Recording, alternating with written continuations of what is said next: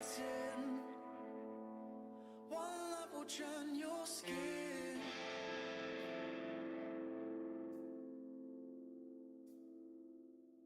The love is right. Let them have their time.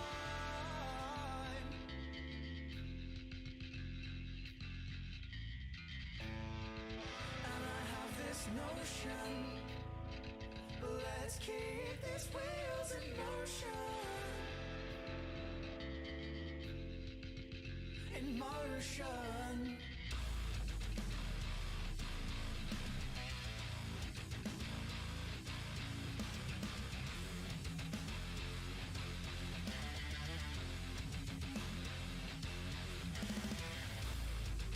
And it's worse you thought I did not know. Did you think I would let it go?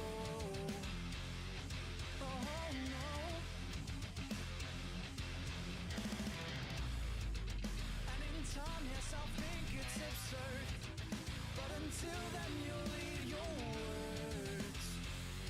But lay on.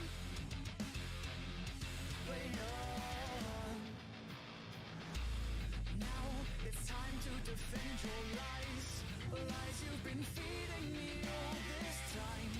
And will you reoffend? Oh, darling. You say that you are innocent, but your ways, they seem irrelevant, but still play on. Now it's time to defend your lies. Lies you've been feeding me all this time. And will you reoffend? Oh, darling. Oh, you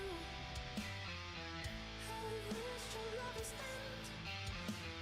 No way will we make pretend like we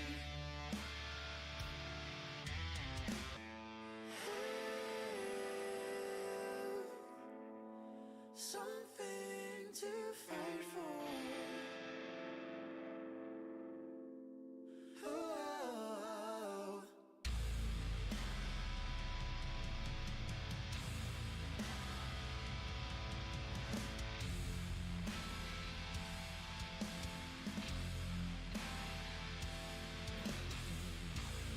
We had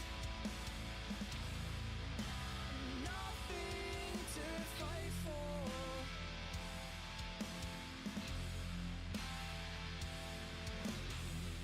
We had nothing to fight for.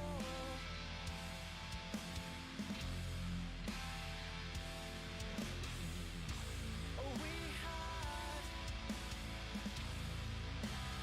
nothing to fight for.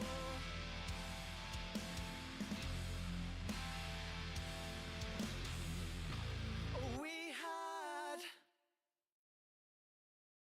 nothing to fight for.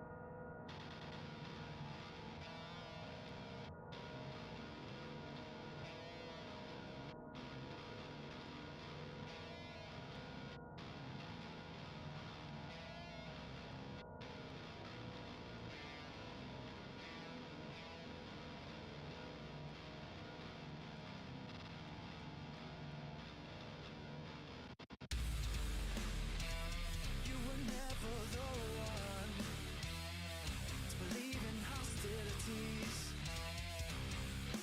but you still forced the worst upon me, upon me.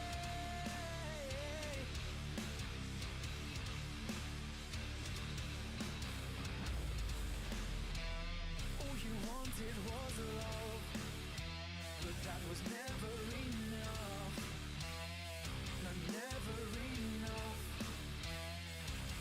'Cause you were chasing your dreams, now you can't redeem yourself.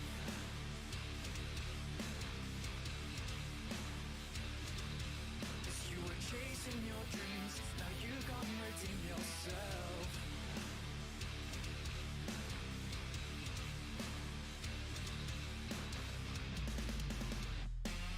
Disregarding your name, your smell is all that remains. They say you're an SLUT, but that doesn't sit well with me. It doesn't sit well with me.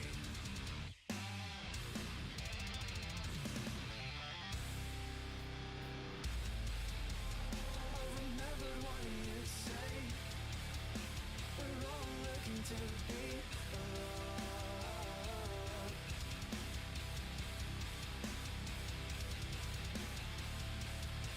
And somehow, someday, we'll find what we're looking for. Till then, you'll still be a whore.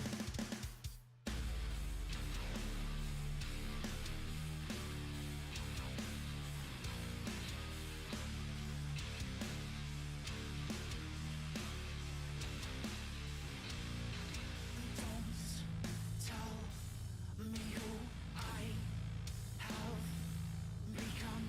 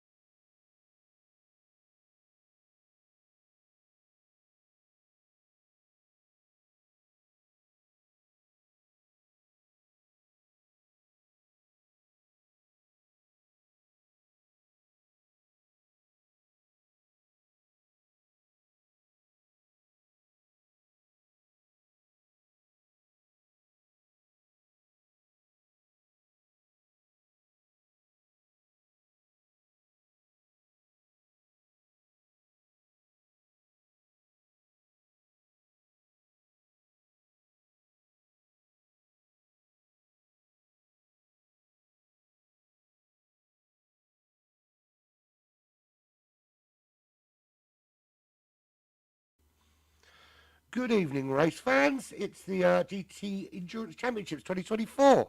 We're here for qualifying. I'm going to see if I can get Brohawk in. Brohawk, can you hear me, buddy? Hello? It should be me and Brohawk. I don't know if you can hear me. Can you hear me? Can you hear me, Brohawk? Clearly not. How you doing, guys? Let me try and sort out why we can't hear Brohawk. But yes, we're here for qualifying. It should be working. There's no reason why it should be. Hello? Hang on. No, I can't hear you. Yes, so we're here for qualifying for round two of the GTEC or Gran Turismo Endurance Championship. We're here from Daytona. I am still trying to find out why I can't hear a Brohawk. Everything here says I should hear him. Let me have a look here if there's anything missing. Now, Brohawk, are you there, buddy? Hello. There we go. We've got him. We can hear him. Ah, yeah. I pressed every button but the one I was supposed to push. How are you? Doing well, my friend. How's it going? Yeah, I'm good, man. I'm good. We've had a bit of a bug in the house. We've had a chest infection ravaged through the house like COVID through a care home. It's been it's been insane. But yeah, everyone's on the mend now. So if I do lose my voice and stop talking, at least you're here to save me. Yeah, there we go. Looking forward to it. It's gonna be quick tonight, isn't it? Yeah. The lobby is full, so I will be relying on your stream to see what's going on, but we'll make it work. Yeah, no, it's looking good. I mean, we've got some really quick drivers doing qualifying tonight as well. Looking forward to seeing what they're going to chuck out. Are we going to get 2 from 2? That's the big question. Is James going to put AHR on pole? I know he's pretty darn quick. We know that Nick's pretty quick. We know that Mazda can put in a time or two for Sector 7. I think it's going to be close. I wouldn't be surprised if there are a couple of tenths in it. Absolutely. So, we had a big car shuffle last week when they nerfed the GTR and a little bit of a nerf to the BMW, and so there was kind of a scramble to change cars. We'll see if the car changes make a difference. I know James certainly has it in him to put down a fast time. Lots of fast guys in here, so it'd be cool to see. I mean, I haven't been about for just over a week, obviously, with what's going on in the house. But from what I've heard, the last update has balanced the GR3s out much better. Also, I've heard. I could be wrong. So I don't know how balanced it is now. I know at least in this league, the AMG and the McLaren were kind of a step above everything else in terms of how they're on tire wear, how they are on fuel and things for the endurance stuff. I think the dailies and stuff have seen a lot better variety in terms of the cars, but we'll see how the changes affect this, because I know that the Corvette was very highly sought after, as well as the Lexus. A lot of people talked about using the Lexus as well. Well, I think here it's going to be difficult to judge, I think, because this track is one that favours high speed, so it favours the top end. So you might be so quick in first and second gear. But if you can get more out of that fifth and sixth gear, this is where it's really going to pay dividends. So, yeah, that'll be interesting. They're not allowed to slipstream, are they, in qualifying? I'm correct in that, aren't I? They went over this. I want to say that they can. There's just no bump drafting. Okay. I might be wrong on that one. Because it's very difficult to do qualifying around here with 14 cars and not get Right. Yeah. So I've brought up the current team standings, as you can see. So Sector 7 currently P1, with Overboost sitting in P2, and Esports Race Asylum down in P3. Now, I would have expected after round 1 to see the kind of Medway team, the Esports Race Asylum team, in sort of P1, P2, that kind of area. But it just goes to show how close this field is, that there are new teams to this, like Sector 7, that have come in and immediately set their mark. Yeah, absolutely. And one thing, too, Catalunya is not an easy track to figure out. So the fact that we have these teams that are new to a lot of us, right, that brought in some drivers that maybe we hadn't heard about or, had team changes and whatnot, the fact that they came in and are already at the top is very impressive. Yeah, I mean, I've got a soft spot for Sector 7, mostly because one of our Black Flag drivers, Monkey Man, because we missed out on qualifying, would you believe it, by a tenth. A tenth for this. So yeah, it boils my piss a little bit. But they, and the irony is the guy that was going to do our qualifying, Monkey Man, couldn't do the qualifying that day because he had to work. So we've loaned him to Sector 7 for this race. But we are about to start qualifying. So we'll have a look and see now who is really going to set the early times. I think that's it. I think the key here is to set a nice early time and kind of put pressure on everybody else, isn't it? Yeah, it is, and I think using if they are allowed to use the slipstream to try and use that to your advantage, if you can find someone that's maybe a little bit faster than you normally, you can kind of latch on behind them and use the tri-oval to maybe get a better time than them, set your team up well for the race. Absolutely. Now, I'm hoping, after the last update, briefly the keyboard controls will stop working, but I think they are now. We'll find out what it's Rule is you are not allowed to slow down to grab slip off another car in quali. Interesting. Okay, that's great from... That makes sense. I suppose if you've got it, you've got it. Right. Of course, if you've got... The key is as well, is if you do pick up some slip and the car in front of you is significantly slower, it's actually going to hamper your lap, so you are better off just trying to set that lap without worrying too much about it. Right, let's find out who's the car. That's Jay Batty there. I know he's not. Who's ahead of him? It's Nick. They're in that Corvette. I'm expecting the Corvette to do good things here. Oh yeah, we in practice we put down some pretty good times in the Corvette. It's a pretty strong car here. I don't know about the rest of the tracks. I think it'll be good at Le Mans, but here especially it's going to be pretty solid. In a straight line, it's that kind of American car thing, isn't it? The wide track, straight line, they're awesome. It's when it gets twisted a little bit narrow that the American cars tend to suffer to the European options. Yep, absolutely. Good old American muscle, good in a straight line, and everywhere else is you're either going to get killed by it or it's questionable because it won't turn. How you doing, Kings? Tell me if the mic's got better. I have to have a little fiddle with it.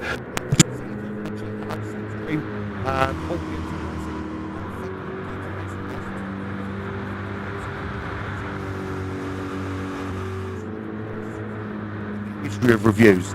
If it ever goes to Google, I will get nothing, maybe. So thanks for that, Paul. Kings, hello, and hello to everyone else that's out there. Someone's knocking on my door. Sorry, bear with me. you carry on talking, mate. Yep, I got you. Yeah, so as per usual, Nick, the first one out, and Nick is a fantastic driver himself, and naturally when they switched over from, I think they were in the GTR to the Corvette, we felt like at AHR the Corvette was a really strong choice, and to see Nick's team do it as well, felt pretty good about it. But here we go, the first hot lap is going to be Nick, if I can get my computer to cooperate. There we go. With my mic, because my mic went up a little bit. There we go, I think I've got it. There we go. Yeah, sorry, that was my son knocking on the door, and he, despite the fact we've got a key in a box outside the door, he's a freaking idiot. There we go. Right, so Nick has got the first lap. Let's go on board and have a little look at this lap. So once you've got through that infield section, this is where you can really start to find your pace. And you come down to this sort of bus stop chicane, which is coming up now, and your braking point here is absolute paramount, isn't it? Yep, it really is, and getting the brake pressure right is important as well, because you have to bleed off enough speed to get around the bus stop, but you don't want to bleed off too much, because then you just lose so much time getting on the power lane. That's, I mean, one thing I found is that sometimes you're better off scrubbing more off on the way in, so you can get on the power a lot earlier on the way out, rather than risk trying to wrestle with the car through the chicane and then find that you can't kind of find your position or find your kind of track position and get out quick enough. Yep, because what ends up happening is if you don't bleed off enough, you're going to run wide and get a penalty, and you have to find that happy medium where you can get on the power early-ish so that you can really use the entirety of the bus stop.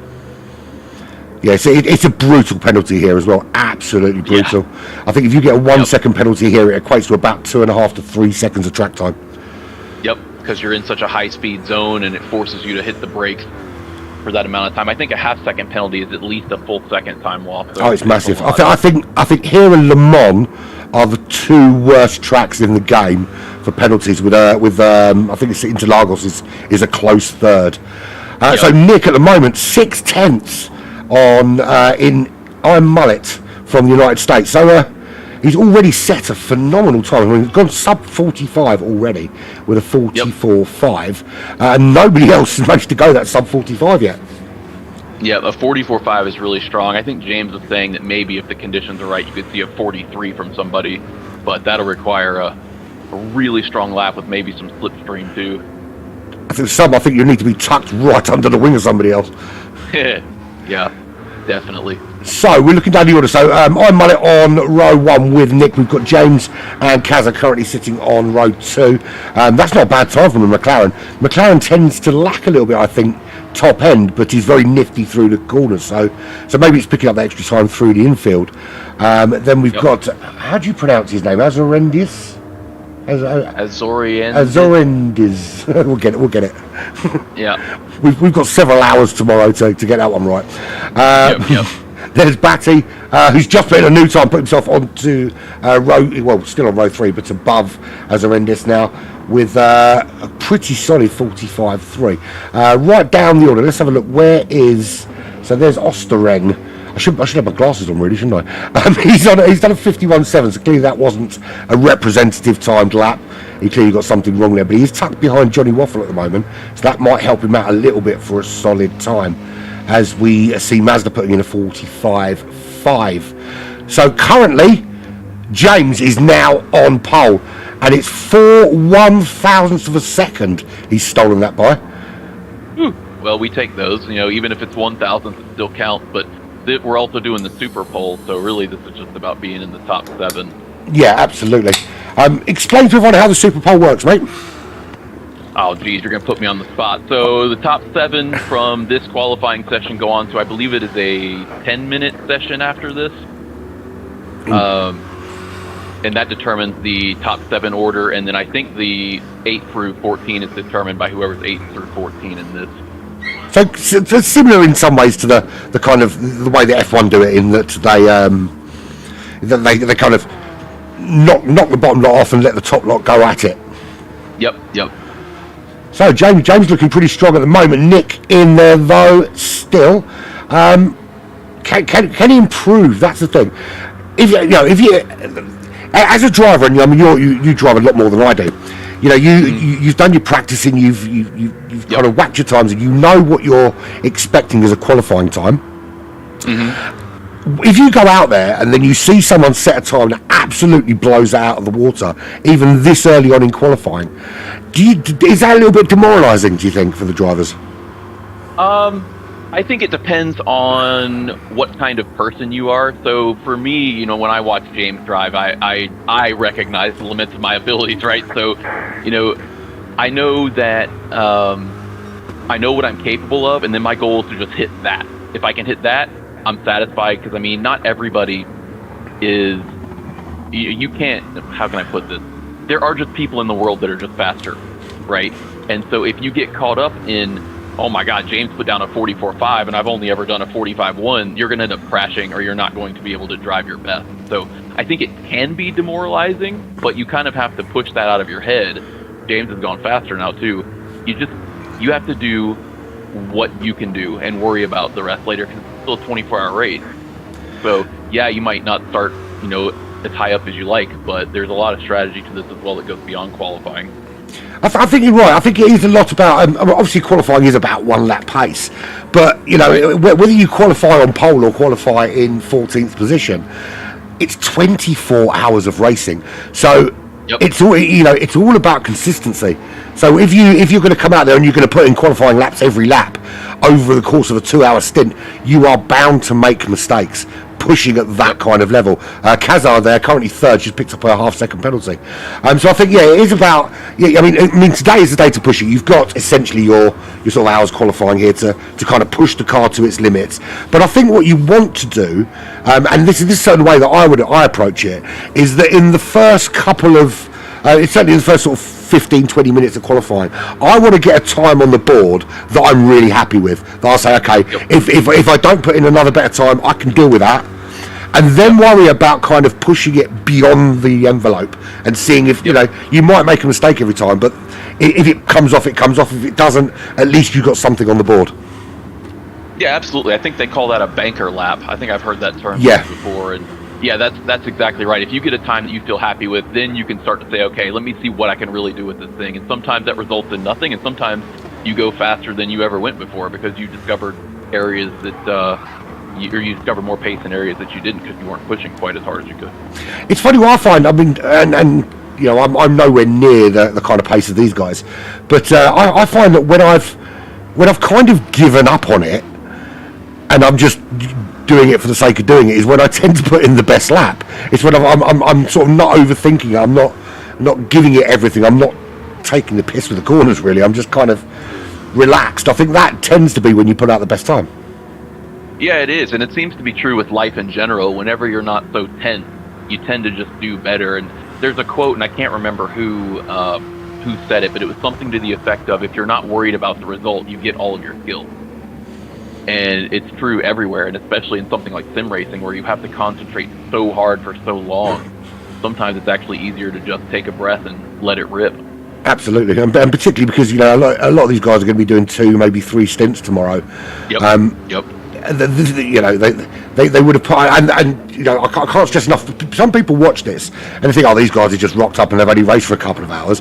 What they don't realise that in the month since round 1 is they must have done 300, 400, 500 laps, some of these drivers, just to kind of get their rhythm and get that muscle memory so they can drive for the 2 hours without thinking too much about where's my break point. They've kind of got it.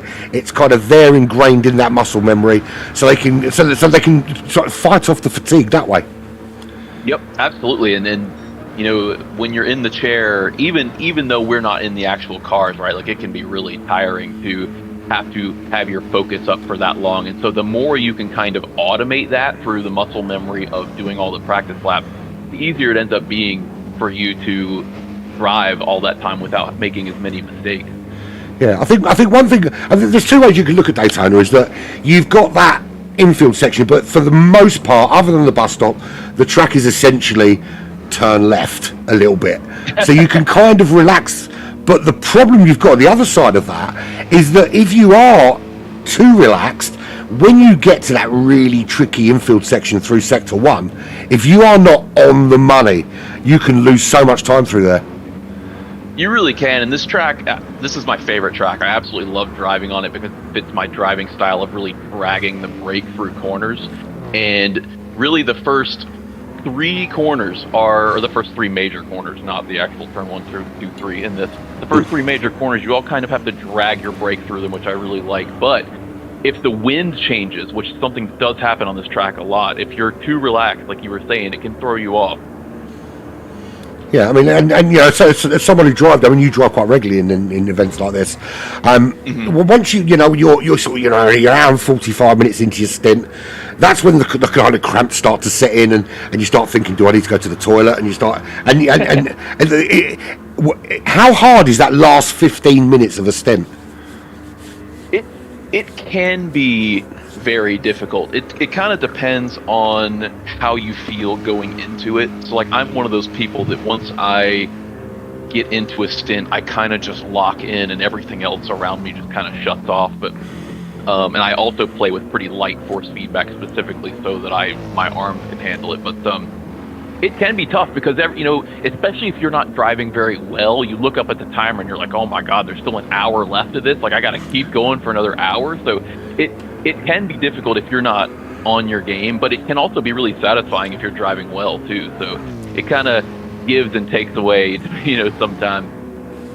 And then from a driver's perspective, because often in these races you'll see that, you know, stint 1 not so bad, but when you get into sort of stint 7, 8, 9, the gaps really start to show between the cars.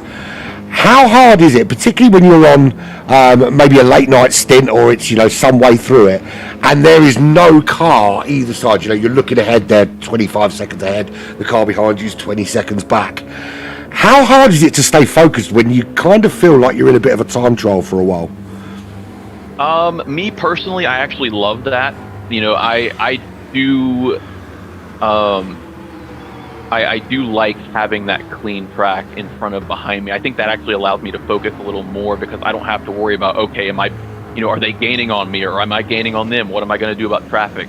So that part of it is I kind of, the way I frame it in my mind is that I kind of just say, okay, I'm going to go get the person in front of me. And that's just how I look at it. That kind of keeps me focused on, hitting my braking markers, hitting my apexes, getting my acceleration points right, really to just allow me to stay focused, because if there's no one around me and I'm not focused on that, you can kind of get into this like, okay, I'm just kind of cruising around the track and end up losing time. So for me, it's really all about, I just, kind of like I said earlier, let me just do what I can. I see the person in front of me, I'm going to hit all my spots and just try and go get them.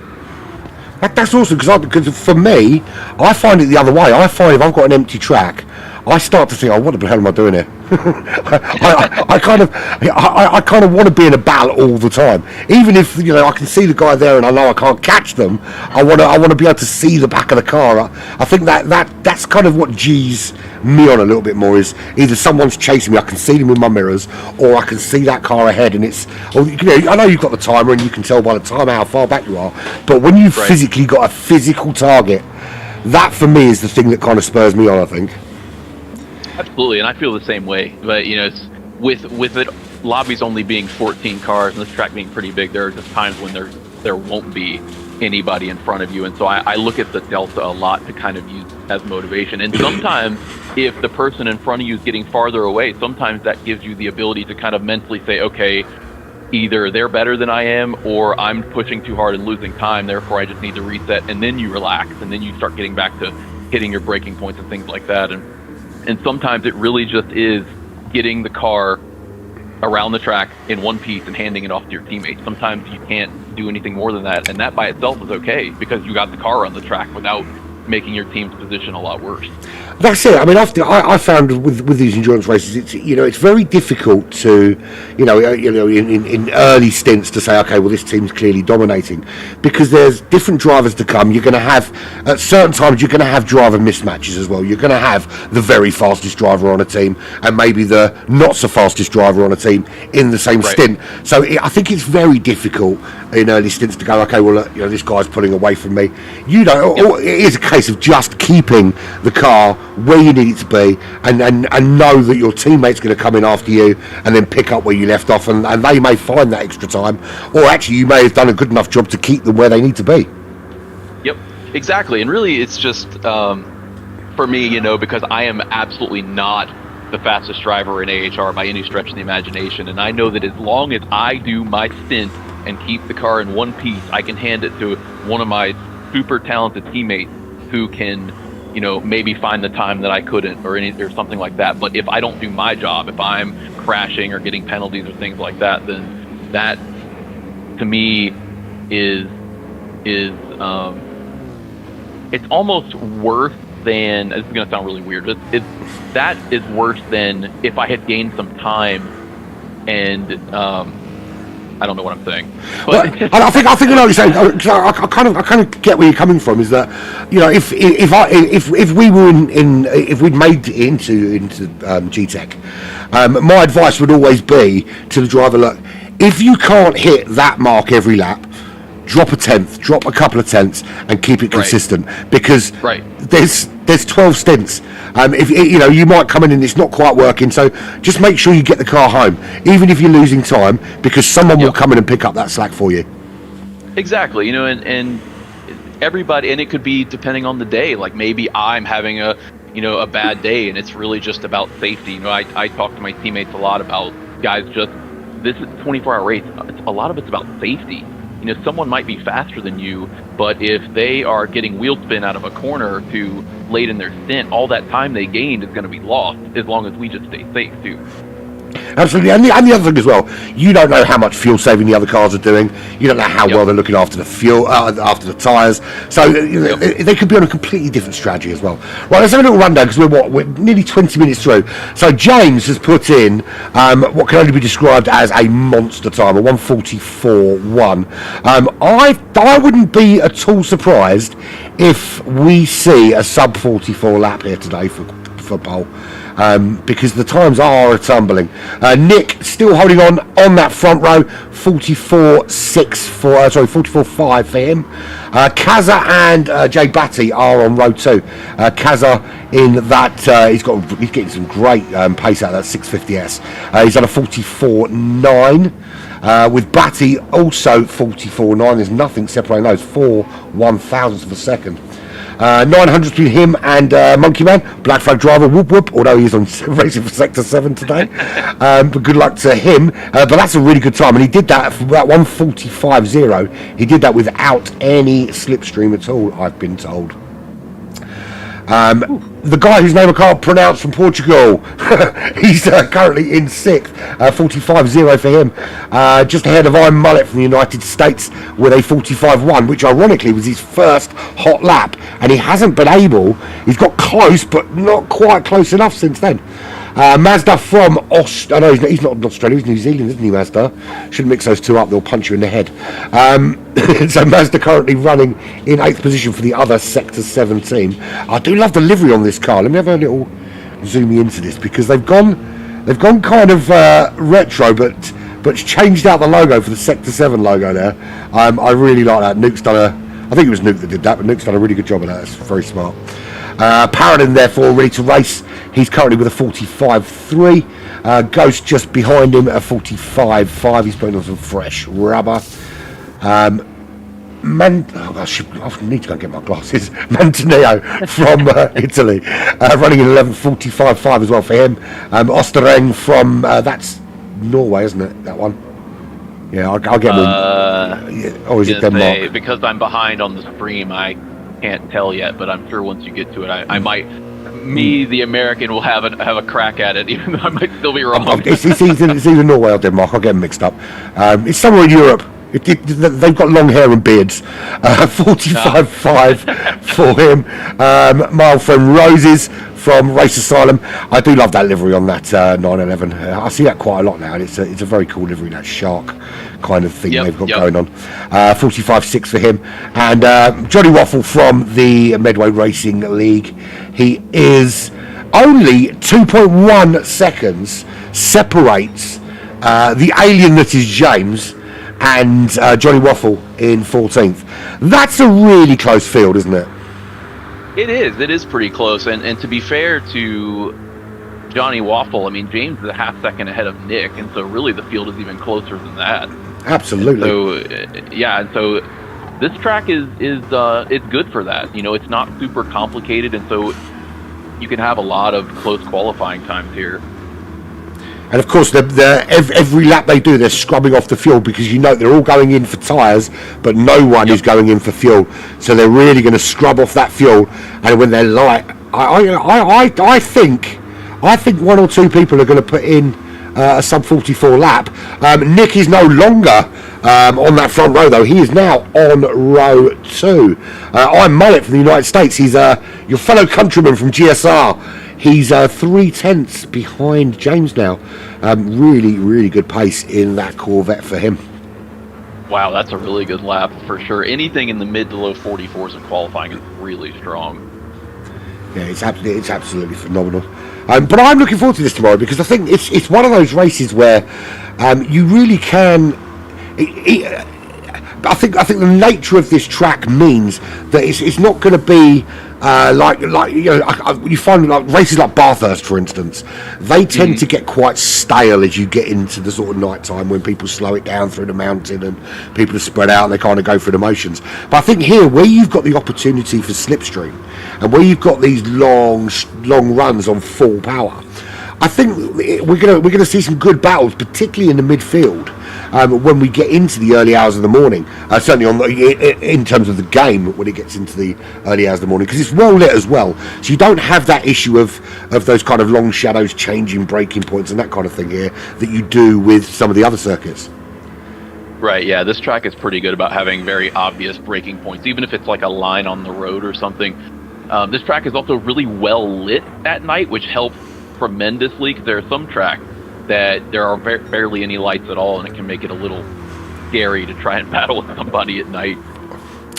I heard a rumour today, and I don't know how true this is, that the next update will contain Silverstone as a new track. And I'll tell you what, if it's true, I am so excited. Yeah, I think that. So I frequent the app formerly known as Twitter a lot, and there was an account that was posting pictures that were like, if I were in charge of Gran Turismo update, and there were pictures with like cars from Assetto Corsa that had like the Gran Turismo font over it, as if PD did it. And one of the batches of pictures that they did was Silverstone. And so I suspect that's what that came from, because I've seen other accounts, like there's an out of context Gran Turismo Twitter account that posts stuff, and that account posted the Silverstone thing. So that's my guess. It would be cool. Silverstone's a cool track, and it was in other Gran Turismo games. So yeah, and it is of course it is the home of motorsport. Yeah, absolutely. So yeah, no, it would be awesome, and it's actually a track that I'm not too bad at as well. So I could do with some more of them. The tracks that I'm quite good at and I know quite well. Right, let's have a little run through. We're 25 minutes in. So James still on pole, comfortably, I would say, 3/10 clear at the moment. He hasn't really dropped out of the 44s, apart from a couple of the odd 45 here and there, but he's pretty much sticking in those mid 44s, and then occasionally bringing out the big guns with that 44-1. I'm Mullet with that 44-4. That's his first foray into the sub 45 lap. So was that a kind of purple lap from him, like the absolute cream, or is there more to come as the car gets lighter? That's the big question. Nick there, now on row 2. Is he biding his time a little bit, letting the fuel scrub off in that Corvette? Maybe. Monkey Man Macho in that AMG, and I think the AMG is going to be a strong car around here, because it's just got that it's got that grunt. And for me, this is the most beautiful GT3 car ever made, ever in the history of cars. It is absolutely gorgeous. I can't find a fault with it. Never have been able to. When they replaced the F1 safety car for the Aston Martin, I was absolutely devastated. Yeah. Batty there, he is. He's just dipped into those. He's dipped a couple of times into the 44s. He's just done a 44.945. That's his fastest lap yet, and that keeps him in the front of row 3. But still, just 4 thousandths of a second ahead of Kaza, who's backing out of this lap and just letting the faster cars go by. Azorientis. I'm gonna have to practice that tonight, or I just hope he doesn't do stint 1. He is a 10th behind Kaza, 45.0, which he did quite early on. So as the fuel's coming off, he's not finding the same kind of pace. And is that because of where the fuel tank is, do you think, in terms of weight? Because with the MR cars, the fuel tank tends to be kind of closer to the back of the car, doesn't it? So it puts a lot of weight on the back. So as the fuel comes out of the car, you kind of lose a little bit of that rear end grip. Yep. It depends on the car. There are some cars that, as the fuel goes down, you start to have problems with braking. You start to lose the back end and get some oversteer on braking. I don't know if maybe that's what's happening. I certainly find it with the 911. And the 911, we know that the fuel tank is right there at the back, so all the weight is literally behind the car. And I find with the 911, as the fuel comes off, the back gets twitchier and twitchier. So maybe it's the same case with the 650S here. Could be. You know, they've made. I know that the BOP changes, they don't always announce everything, but it seems like they have made a little change here and there over the last year to the 650 that's made it feel a little different. Yeah, it generally it's my sort of go-to daily racing car, just because it's easy to drive and you don't have to mess around with it too much, and it's kind of got a little bit of everything. It's just one of those things. I'm not one of those that comes on and does the daily races and tries out 27 different cars and looks at the leaderboard. I just drive the car that makes me feel most comfortable, and I feel I'm less likely to crash in. Yeah, absolutely. The 650 is really easy to drive in that regard. It has a lot of grip under power as an MR car, which is fantastic here too. But both PM10 Racing Paul and Slipstream are both saying that they think a few new real world tracks in GT7 are needed, and I think they're right. I haven't got. I think a lot of the tracks they've created are brilliant and would actually work very well as actual racetracks. But I think a lot of us would like to see some more of the real world tracks. I mean, like Kilama, for instance, in South Africa, great track. That you get that in Assetto Corsa, but you don't really see it anywhere else. iRacing, obviously, but then iRacing you have to pay for everything. But yeah, I think it'd be nice to see a lot of these, particularly the ones that you see a lot in the GT racing series. You've got a lot of things like Alton Park and things like that we don't really see on many games. Yeah, it's true. I've driven a little bit of some of the other tracks that aren't in Gran Turismo and things like ACC and iRacing, and I think people, and I can't speak for everyone, but me personally, like if they were willing to bring out tracks a little faster, like maybe do what ACC does where they release like a bundle of 3, I would be willing to pay for it. The free updates are awesome and all, but for me as someone that pretty much only exclusively races race cars, it can be a little disappointing to know that we're still using GT cars from almost 10 years ago in some cases. So no, absolutely, I think I'm with you on that. I think if you talk to, if you look across the entire Gran Turismo community, the guys like us that race online and race online regularly makes up a small percentage of the bulk of the Gran Turismo audience, and we know that the majority of their money comes from just the initial sales. But you can't help but think that if you look at the way that gaming is changing, particularly like you look at things like GTA and the way that Rockstar kind of have their business model. I think that is the way that gaming is changing and the future of gaming. And I don't see any reason why, if they start introducing, here's a DLC pack specifically for online racers. So if you're playing single player, it's not for you guys. But if you're racing online, here's 20 additional tracks and give us $10 or £10 and it's yours. I think every single person that races online would use that. Absolutely. And we are on the last lap of quali, at least the first quali. We are indeed, and James sits atop the pole. So where's the cutoff point? Roses currently in that top 8, and it looks like he's done. Is there anyone still setting a fast lap? That's the burning question. There's Osterring there. He's currently sitting in P12. He's done now as well. Didn't improve on that. No, that's it. So Roses is the one that creeps in 8th. So we'll bring up the results there for all to see. James, the 44-1, proved to be unbeaten when he got it on the board. But look at the Corvettes. Absolutely locking out that front 3. All 3 of them Corvettes. Now, the question is, tyres and fuel. Is that going to come into play for them? Is that going to be a problem? Because it can be an issue in the Corvette. So qualifying it might be so good, but is it going to be so strong in the race? Yeah, it'll be tough to see. I know the 650 is extremely good on its tires, and I know historically the Corvette was not great on its tires, but I believe the buff that it got was a weight reduction, which will help some of its tire wear. It seemed good enough for us, so it'll be interesting to see. Yeah, it will be. It certainly will be. The Mustang, which you would expect, more American muscle would have put in a bit more pace around here.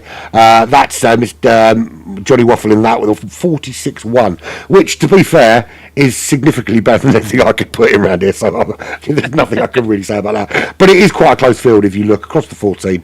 Only a couple of seconds separating them. But it's down to the top 8 now to see what they can do in this kind of super pole scenario.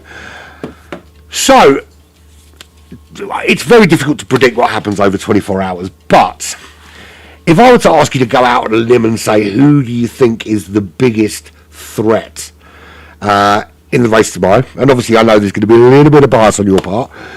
Who would you say is the big team to watch out for? Let's pick the team, the obvious team to watch out for, and who you think might be a bit of a dark horse. So I think one of the teams to watch out for is going to be Overboost. I have raced and watched a lot of their drivers, and that team is fantastic. They are a team that's very good from top to bottom, which makes a 24-hour race. The longer the race, the better you have the better chance you have if your whole team is kind of at the same level, if that makes sense, as opposed to having like one driver that's really good, but they only do 2 stints, and then maybe driver number 2 is okay. Does that make sense? And so ORT is really good from top to bottom, and so across the 24-hour race, that is definitely something to watch out for. And as far as a dark horse, I don't want to shout out my own team because I feel like that's not fair, but I wouldn't call your team a dark horse. I think your team are there or thereabouts favourites for this one. Well, we'll see. It's a long race, so anything can happen, right? I mean, and it doesn't even include possible things like disqualifications or whatnot. I would look for, I forget which team was in the Lexus that qualified in the top 7, but I would look out for the Lexus here. The Lexus is very, very, very strong on the infield. And so it gives them the opportunity, if they can, the Lexus top end is not the best, but if you can use the tri-oval to get around somebody, you could leave somebody, you could put a gap on them on the infield. So apologies for not recognizing which team that was, because we had the list up at once. But, yeah, to be fair, you would have thought that I would make some effort to try and memorise them, but that would involve me being some level of professional. Well, we do what we can over here. It feels like I'm holding on for dear life every day, so I'm just doing what I can over here. Yeah, I might look like I've got my shit together, but believe me, I'm blagging it every minute of the day. So we've got a new lobby up, and it was top 7 that go through for the Super Bowl. I'm going to pick my dark horse, and it's going to be the second of the 2 Sector 7 teams. I know that the number 1 Sector 7 team has an incredibly fantastic driver in Sharky driving for them, and believe me, he's super, super quick. Very difficult to beat. But I like the lineup of the second Sector 7 team, and I think that I think they're going to pull something out of the bag here. I think they're going to finish higher than expected in the race tomorrow. But as you say, it's 24 hours, and literally anything can happen. So yeah, we'll see. It'll be whatever happens. It will be a very interesting race for sure. Yep, I'm excited. This is my first 24-hour race, so I'm very excited to see how it all pans out. How many stints you doing tomorrow? Just 2. So I'm streaming 1 and driving 2, and maybe if you want me to take stint 3, I'll stream that as well, because I'll be around all day. So no, I think I can probably manage to. Well, I'm sure I can manage stint 3, but I'll juggle it. I'll sort something out in the morning. We'll find people to fill the roles, because the thing is, I mean, you're going to be driving for 4 hours, and as you said earlier, you might not be physically in the car, but it's still a very physical thing you're doing. Yep. The mental exhaustion will be the big thing, I think, for everyone, because most people don't have to concentrate for this many hours in such a short period of time. And so, and then things like if you get hungry halfway through your stint, there's all these little things that can add up to where you can make a mistake you might not otherwise make. Absolutely. And you do kind of rely on the people that live with you to make sure you're hydrated and you've got what you need kind of right there, and you're kind of, okay, I need to go to pits now because I really need to have a drink. Right. Here's the other question. So how many drivers do you think have the opportunity to go and run for a quick wee during a pit stop? Because you've got to have a rig that's easy to get out of, firstly, and you've got to be in a house that's small enough that you can get there and back. Yep. Yeah, exactly. And it's funny, the very first team race that AHR ever did together was like a 2-hour race at Watkins Glen, and James thought he had enough time to go to the bathroom during his pit stop, and he was wrong. And so I remember I was probably about 20 seconds behind him when he entered the pits, and then I passed him going through turn 1 because his car was parked at a barrier because he didn't get back in time coming out of the pits. So it would be tough. The fuel refill being 8 liters a second is pretty fast, so you're not going to have that much time. No, absolutely. I think that's key. I think you're going to have to, if you're going to do it, you're going to have to. I mean, I'm quite lucky. If I was doing it, I can see my bathroom door from where I'm sitting. But even still, I've still got to get out of the chair. I've still got to get there. I've got to get back. And it has actually happened to me once. I was doing I was doing a 90-minute race, and I'd sort of planned it. And I thought, right, I'm going to go into the pits in a couple of laps' time. I'm going to run and have a wee, and I'm going to come back. And I turned to go, and my daughter had just locked herself in to have a bath. So it was kind of like, okay, someone's holding this until the end of the race then. Yep. So we've got the top 7. Now the big question is, like, it's going to be, you've got to think from James's perspective. The pressure is on him to recreate that lap because he's already put himself essentially on pole, but he's now got to try and do that again with 6 cars behind him that can potentially take that from him. It would be quite devastating, wouldn't it, to be on pole for so long, get to super pole, and to have that snatched from you, right? Yeah, I mean, it would be frustrating, but at the end of the day, it's you just got to control what you can control. You know, he knows that he has the lap in him, and he drove enough laps in the mid-44s where he could probably put one down on command at this point. So a mid-44 is plenty fast enough to be in the top, 3 or 4 probably. So, it would be, I think, from his perspective, a little disappointing because I know his standards for himself are very high, and rightfully so because he's incredible. But from a team perspective, like, I'm not, we as an AHR are just thrilled that he is willing to drive and do quali and be as good as he is. Any result we're going to be happy with. But we'll absolutely. See. I think any driver that's in the top 7 now, with how close the entire field is anyway, should be proud of the achievement because it's a good place to start. But again, it's such a long race that I don't think that pole.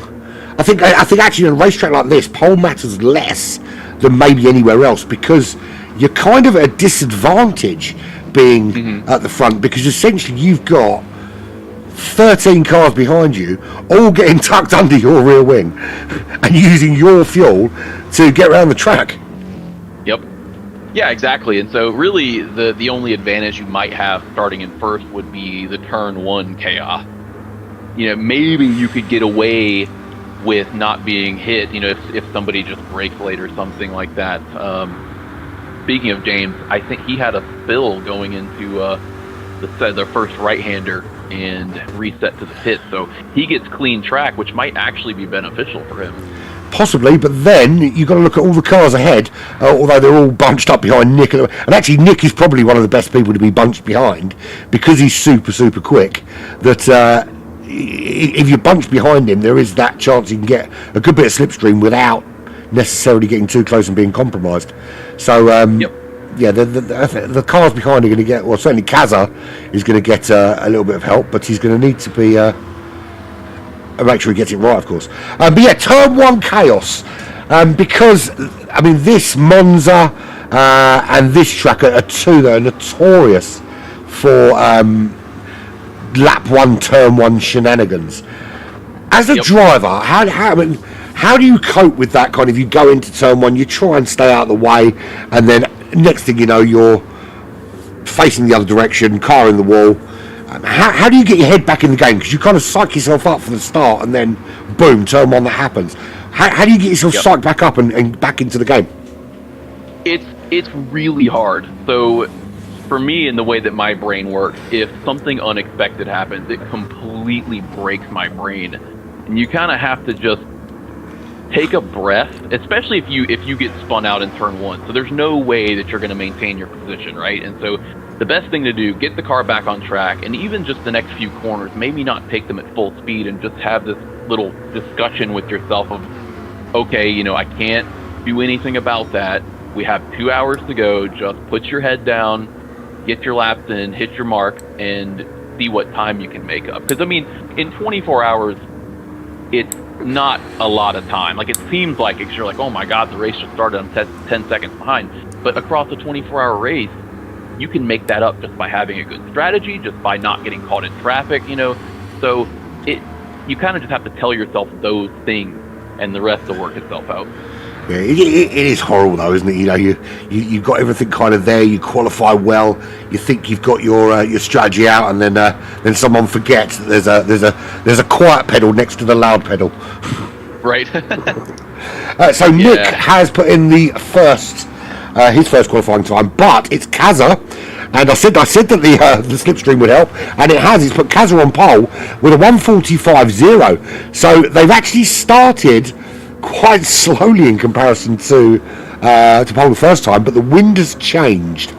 So the wind is now almost in the opposite direction, and it's not quite as blowy. So it's going to make a massive difference, actually, because they're not really going to get any benefit from that wind now, because it's pointing essentially towards them pretty much everywhere they go.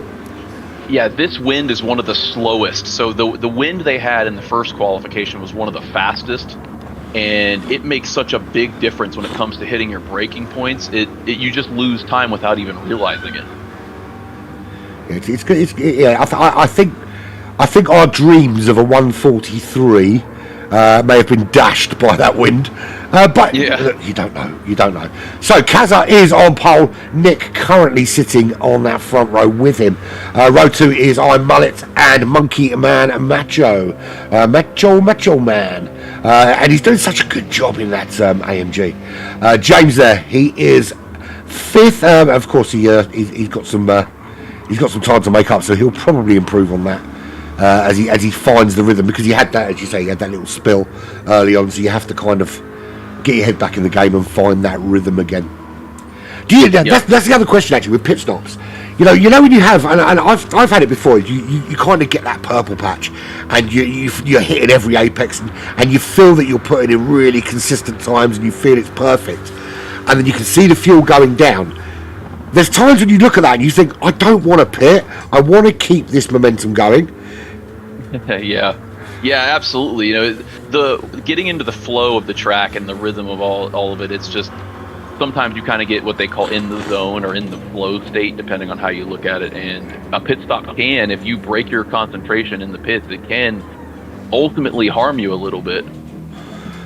Yeah, I found out when I had a race a couple of weeks back where I had that, and I had my kind of middle stint was it's probably the best I could have done in the entire race, and when I knew I had to change, and it was one of those with a mandatory change, so I didn't have to change because I needed them, I had to change because I would have been disqualified otherwise. And it was I was thinking, well, I can't leave it to the last lap because that's going to cost me loads, but I don't want to pit because if I do, I might come out and it doesn't quite work. But then I think it actually works the other way. When you start thinking like that, you always come out of the pits and it doesn't work because you've kind of convinced yourself that it won't. Right, exactly. It's a lot of this is mental. So much of it is mental, and that you spend all this time practicing and doing all this stuff, and if you break your concentration for any reason, whether it's a crash in turn 1 on lap 1, whatever the reason, it's a skill to get your mind back in the right place as well. So there's a lot to it that goes into having a consistent stint, and some of it is just making sure that your mind stays in a good place no matter what you're doing, whether it's pit stop or a crash or a mistake or anything like that. Yeah, I find another good thing as well is to kind of, particularly if you're doing a long stint like 2 hours, is to kind of break it up into 5-lap segments or 15-minute segments and say, okay, for this particular segment, this is my target. This is what I want to do. This is what I want to achieve. Rather than look across the whole 2 hours and say, at the end of the 2 hours, I want to be here. Because then you can kind of build little wins along the way. So if you do have a sort of 5-lap, 10-lap, 15-minute session where it didn't go quite well, you can look back and go, well, actually, the last 3 15-minute sessions were great. The next one was pretty good. In the scheme of things, it was all right. Right, and when I talk to my friends who aren't necessarily sim racers and they're stressed out in life, whatever, I tell them to try and find little micro moments. So kind of like you were saying, little wins throughout, the day or what have you, where you just kind of have to take things, even if it's as small as taking one breath at a time. If you just, take your breath, find your next breaking point, do all these little micro moments in a row, rather than saying, like you said, okay, I started in P8, by the end of this stint I want to be in P5 or whatever. That can cause more harm than good, because if you start to realize you're not going to make it, you don't have that good mental state backup plan, if that makes sense. Absolutely. I mean, I work in the building trades, so a lot of the time you get to a job and you think, oh my god, I've got so much to do over the next 3 or 4 days. But I tend to kind of go, okay, well look, if I'm fitting a bathroom, for instance, I think, okay, right, my target today is to make sure that by the end of today the bath is in and in where it needs to be, and then tomorrow this bit's done, and then the next day that bit's done. And I find that actually makes the job a lot easier, because I'm not thinking about what happens at the end. I'm thinking about what I can achieve in the time that I've got right in front of me. And I think if you put that, you can apply that to anything, whether it be sim racing or life or job or whatever. I think you apply that to everything, and suddenly life becomes a lot less stressful. Absolutely. So, talking of stressful, James, currently on road 2. Nick has gone sub 45 with that 1:44.8, and you can see, I mean, that's a good 4/10 off of his previous time in the earlier. Oh, there we go. That's not the way to get round. He's decided to go via the grass, so that's not going to be a very quick lap. Kazza still on that front row though. 45 dead, absolutely on the money. 1:45, and looking good at the moment. James is starting to ramp it up. 45.080. So he's closing that gap. He's finding the pace. It's whether he can find. He still needs to find a few tenths though, if he wants to get on pole. I'm Mullet, currently sitting in the pits. Now, is he happy with his time? He's 7/10 off Nick at the moment, and he doesn't seem to be leaving the pit. So maybe, you know, we were talking earlier about, you know, you do your practice laps and you find your purple time. Has he hit the time that is absolutely bang on the money of where he thinks he can get to?